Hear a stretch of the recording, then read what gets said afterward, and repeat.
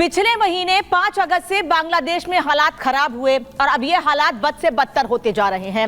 यूनुस सरकार को दरकिनार कर अब कट्टरपंथी ताकतें धीरे धीरे पूरे बांग्लादेश में अपने पैर पसार रही हैं, जिसका खामियाजा वहां रह रहे न केवल हिंदू बल्कि बांग्लादेशी लड़कियों को भी भुगतना पड़ रहा है, क्योंकि खुलेआम अब उनसे बुर्का और हिजाब नहीं पहनने को लेकर मारपीट की जा रही है। एक रिपोर्ट आपको दिखाते हैं कि बांग्लादेश में इस वक्त हो क्या रहा है, चाहे हिंदू टारगेट पर हो, चाहे हिंदुओं की नौकरी जा रही हो या फिर लड़कियों को जबरन हिजाब या बुर्का पहनाने के लिए मजबूर किया जा रहा है। रिपोर्ट देखिए।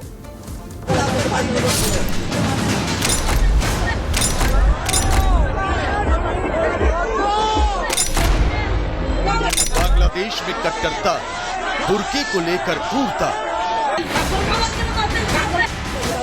डरावना चित्र, महिलाओं से मजहबी रक्त चरित्र,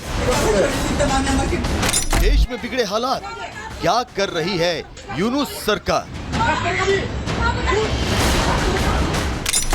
बांग्लादेश अब कट्टरपंथी ताकतों की भेंट चढ़ चुका है। जहां पहले हिंदुओं को निशाना बनाया गया, उनके घरों में आग लगाई गई, उनकी आस्था पर हमला किया गया, हिंदू महिलाओं से बर्बरता की गई और अब खुद बांग्लादेशी लड़कियां इनके निशाने पर। खुलेआम इनसे सड़कों पर बुर्का नहीं पहनने को लेकर मारपीट की जा रही है, डंडे बरसाए जा रहे हैं, उठक बैठक लगवाई जा रही है। कट्टरपंथी इस कदर हावी है कि पूरा बांग्लादेश मजहबी कट्टरता की भट्टी में धधक रहा और यूनुस सरकार अपनी आंखें मूंद कर इन ताकतों को खुली छूट दे रही है।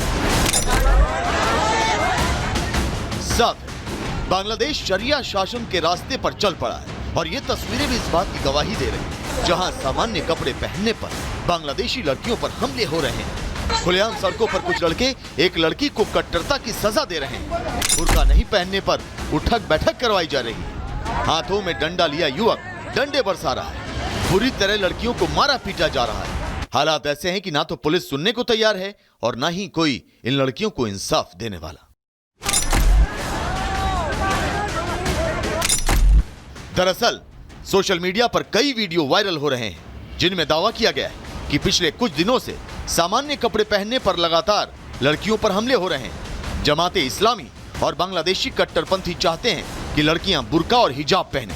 यही वजह है कि जमाते इस्लामी की छात्र शाखा ने बुर्का या हिजाब नहीं पहनने पर कॉक्स बाजार समुद्र तट पर लड़कियों को निशाना बनाया।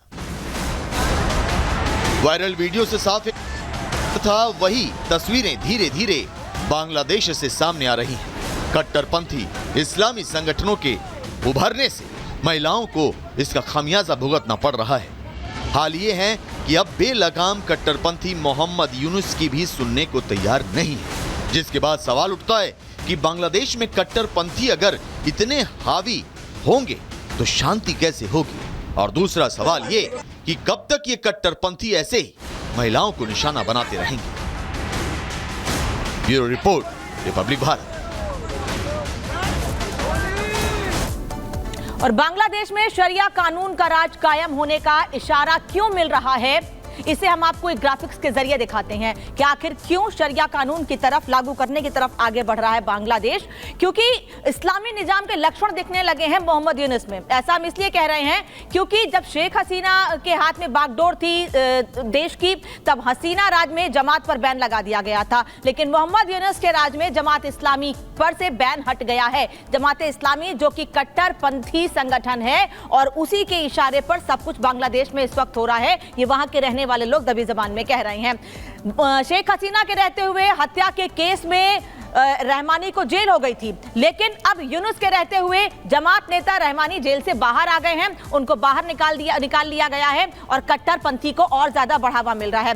बांग्लादेश में लोकतंत्र मजबूत था जब शेख हसीना के हाथ में बागडोर थी देश की, लेकिन अब कट्टरपंथियों के हाथ में ताकत चली गई है और उनकी ताकत और ज्यादा बढ़ती चली जा रही है। वहीं दूसरी ओर कट्टरपंथी ताकतों पर लगाम लगाने के लिए शेख शेख हसीना ने कई बड़े कदम उठाए थे और उन कदमों का असर दिखता भी था, लेकिन मोहम्मद यूनुस के रहते हुए कट्टरपंथियों से उनकी नजदीकी बढ़ी है, उनकी ताकत और ज्यादा बढ़ रही है। इसीलिए महिलाओं को जबरन बुर्का या हिजाब पहनने के लिए मजबूर किया जा रहा है। इसके अलावा कट्टरपंथी नेता मामनूल हक को जेल कराई गई थी, जेल गए थे, उनके गलत कामों की वजह से, उनके नियमों की वजह से शेख हसीना ने उनको जेल में डाला था, लेकिन मोहम्मद यूनुस की ओर से इसको लेकर बहुत बड़े कदम नहीं उठाए गए, जेल से बाहर आ गए हैं। वो हिंदुओं को समान नागरिक अधिकार दिए गए थे शेख हसीना की सरकार में, लेकिन मोहम्मद यूनुस के रहते हुए सांप्रदायिक सौहार्द बिगड़ रहा है, वहां पर सीधी चोट उस पर की जा रही है, हिंदुओं की नौकरी छीनी जा रही है।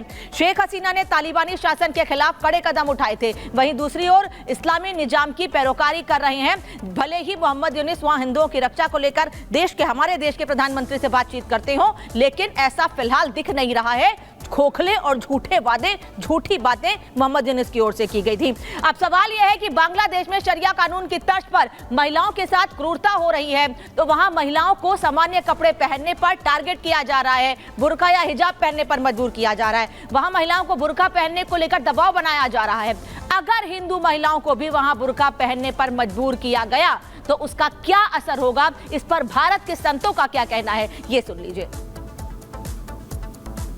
देश के अंदर शेख हसीना के पराभव के बाद जिस तरीके से हिंदू महिलाओं को बुर्का पहनने के लिए मजबूर किया जा रहा है, यह घोर निंदनीय है और इसे किसी भी कीमत पर दुनिया के सभ्य समाज में बर्दाश्त नहीं किया जा सकता।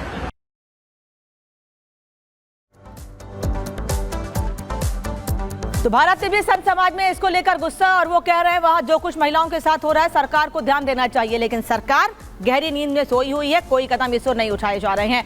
अब आपको दिखाते हैं कि बांग्लादेश की राह पर चल पड़े, पाकिस्तान की राह पर चल पड़े बांग्लादेश में हसीना सरकार के तख्ता पलट के बाद क्या क्या बदलाव आया है, ये भी कि वहां के हालात क्या बयां कर रहे हैं। देखिए कि चंद महीनों में वहां क्या क्या बदलाव आ गए हैं, वहां पर क्या स्थितियां बन गई हैं, कितना बदल गया है बांग्लादेश। बांग्लादेश में जिन्ना की बरसी मनाई गई है, जिन्ना को राष्ट्रपिता बनाने की मांग वहां पर की जा रही है। हालांकि जिन्ना का कोई मतलब नहीं है बांग्लादेश से, बल्कि वो तो हमेशा खिलाफत करते रहते। मुजब्बिर की बयानबाजी और ढाका में झंडा राष्ट्रगान बदलने की मांग भी की जा रही है। लोग अब ये कह रहे हैं कि वहां पर झंडा और राष्ट्रगान तक बदल दिया जाए। इसके अलावा बांग्लादेश में पाकिस्तानी समर्थक हावी हो रहे हैं और इसीलिए शेख हसीना ने इशारा किया था कि पाकिस्तान और अमेरिका के कहने पर ही या उनकी वजह से ही वहां तख्ता पलट हुआ है और बांग्लादेश की स्थितियां खराब हुई हैं। तो क्या बांग्लादेश कट्टरपंथी राह पर आगे बढ़ रहा है?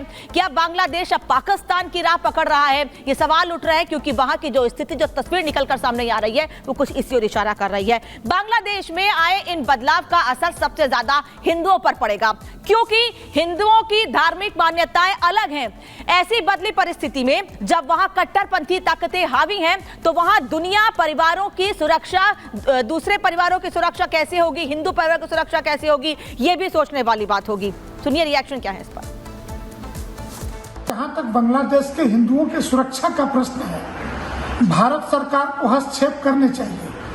1971 में जब पूर्वी पाकिस्तान बांग्लादेश बना था, तब भी भारत का सैन्य हस्तक्षेप 6 महीने बाद हुआ था, लेकिन अब हालात बद से बदतर होते जा रहे हैं। वहां तालिबानी हुकूमत जिस तरीके का इस्लामिक दरंदगी का व्यवहार कर रही है, यह कभी भी क्षमा नहीं किया जा सकता और इंटरनेशनल ह्यूमन राइट्स हो या संयुक्त राष्ट्र संघ हो, ये आंख मूंद करके कैसे बैठे हुए हैं, ये कतई बर्दाश्त नहीं किया जा सकता। अखिल भारतीय संत समिति भारत सरकार से मांग करती है कि बांग्लादेश के 1,30,00,000 हिंदुओं के सुरक्षा को सुनिश्चित करने के लिए अगर आवश्यक है तो सैन्य हस्तक्षेप तत्काल करना चाहिए।